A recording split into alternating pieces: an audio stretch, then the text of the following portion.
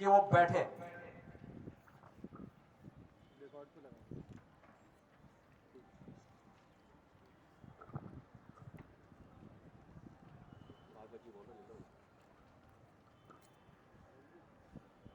आदरणीय सिंघल जी, आदरणीय गुप्ता जी,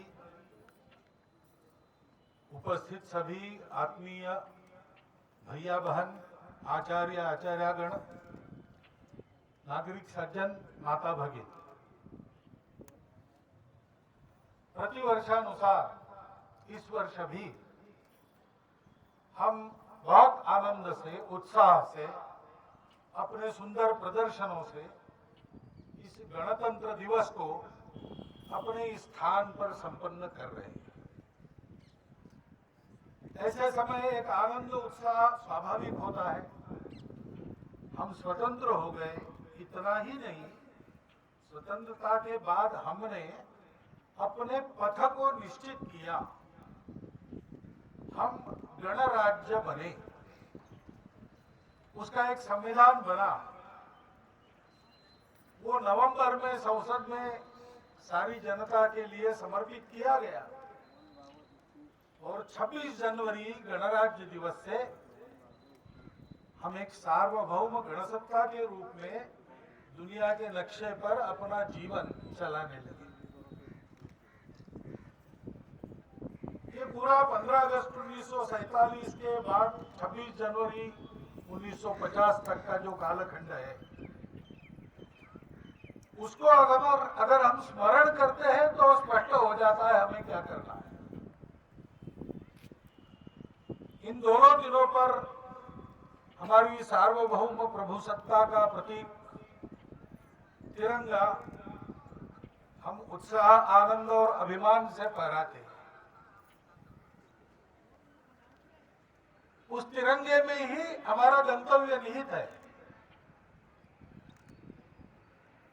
हमको भारत को भारत के नाते दुनिया में बड़ा करना है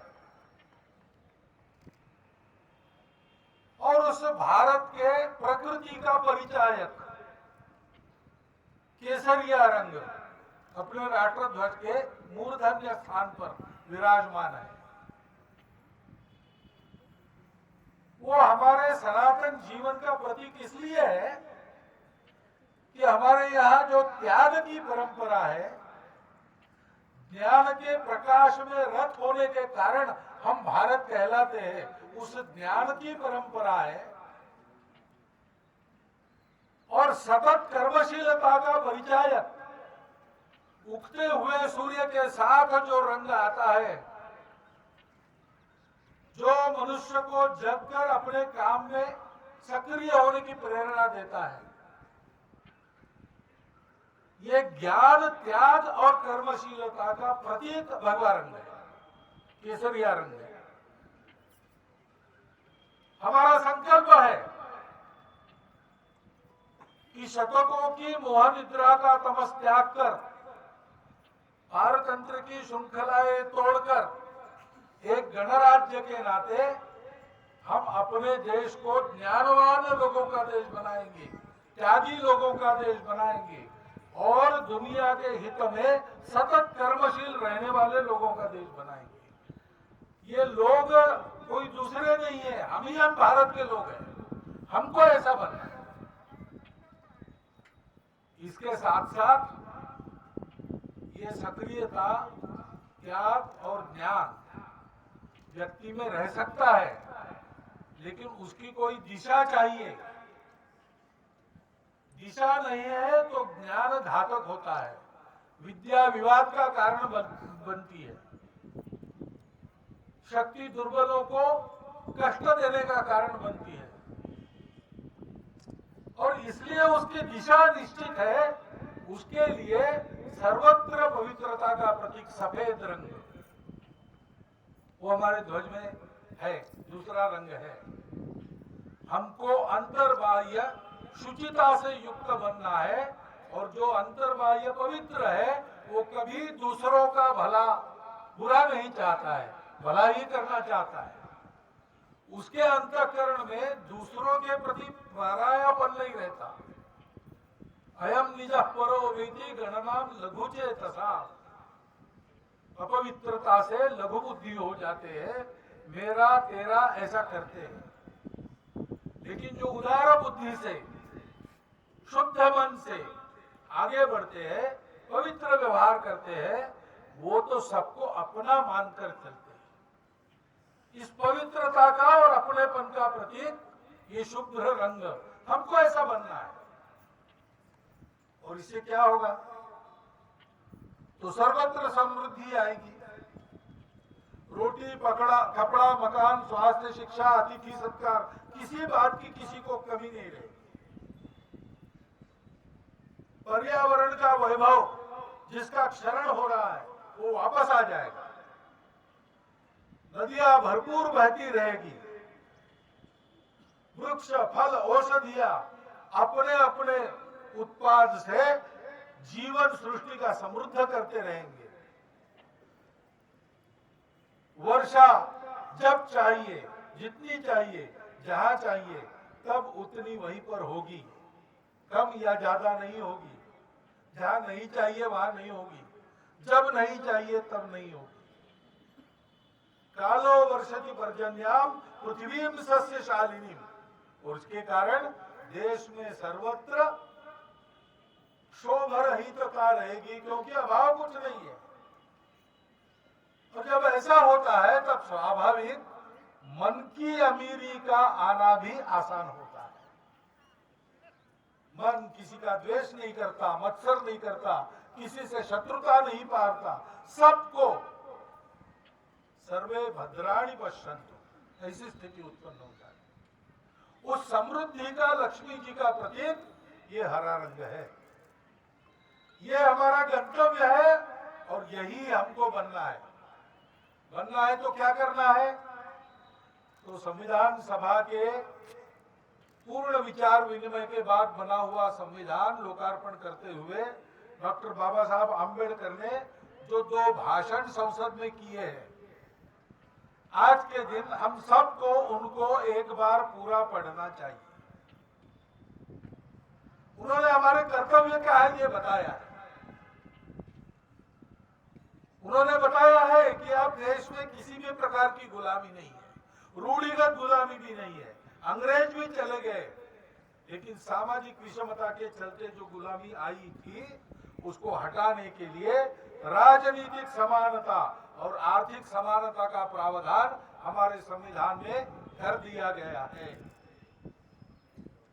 तो समानता पहली बात उन्होंने कही। हमको कैसा होना है? समानता का व्यवहार करना है और हमको स्वतंत्रता का भी सम्मान करना है। मैं स्वतंत्र बनूं, लेकिन मेरे साथ सब स्वतंत्र है, ये भी मैं ध्यान में रखना। मेरी स्वतंत्रता के लिए दूसरों की स्वतंत्रता का संकोच हम नहीं कर सकते, वो स्वतंत्रता नहीं होती। लेकिन दुनिया का अनुभव ऐसा है कि जहां स्वतंत्रता लाना चाहते हैं वहां समता का संकोच करना पड़ता है, और जहां समता समानता लाना चाहते हैं वहां स्वतंत्रता नहीं रहती। डॉक्टर बाबा साहब ने कहा, अपना देश आपस में लड़कर गुलाम हो गया, किसी दुश्मन के सामर्थ्य के कारण नहीं। हम लोग आपस में लड़ते नहीं इसलिए गुलाम हो गए। हमारा बंधुभाव समाप्त हो गया। स्वतंत्रता और समता एक साथ लानी है तो दूसरा इलाज नहीं, बंधुभाव लाना चाहिए। इसलिए लिबर्टी और इक्वालिटी के साथ फ्रैटर्निटी, यह शब्द हमारे संविधान में है। डॉक्टर बाबा साहब कहते हैं कि उस बंधुभाव को संपूर्ण देश में प्रचलित करना पड़ेगा।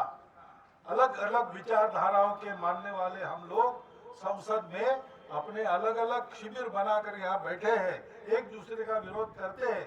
यहाँ तो ठीक है, प्रजातांत्रिक प्रक्रिया में इसी में से संवाद बनता है, इसी में से सहमति निकलती है। परंतु ध्यान रखना चाहिए कि संपूर्ण समाज जो हमारा विविधता युक्त समाज है, विविधता के बावजूद वो बंधुता से युक्त होता है। तो स्वतंत्रता के साथ समानता की गारंटी बनती है और अपने इस बहुत कष्टों और बलिदानों के बाद प्राप्त हुए स्वातंत्र्य की रक्षा और अमरता की भी गारंटी बनती है। वो गारंटी देने का काम कोई और नहीं करेगा, हमको अपने से प्रारंभ करना पड़ेगा। गणराज्य दिवस के आनंद में, उत्साह में आप सबका मैं अभिनंदन करता हूं और मैं ऐसे आपके सामने एक विचार रखता हूं कि इन बातों का स्मरण भी हमको साथ साथ करना चाहिए। इन बातों के मामले में अगले गणराज्य दिवस तक हम कितना आगे बढ़ेंगे, अपना अपना संकल्प लेना चाहिए और उसकी पूर्ति के लिए प्रयास करना चाहिए। ये अगर हम करते हैं तो इस गणराज्य दिवस को हमने पूर्णता के साथ संपन्न किया ऐसा होगा। हर गणराज्य दिवस आपको उस समारोह की संपन्नता में इस पूर्णता का अनुभव कराए, ऐसी शुभकामना आपको देता हूं और मेरे शब्द समाप्त करता हूं। बहुत बहुत धन्यवाद श्रीमान जी, आपने अपने प्रेरणादायी उद्बोधन द्वारा हमारा मार्गदर्शन करने की कृपा की। अब मैं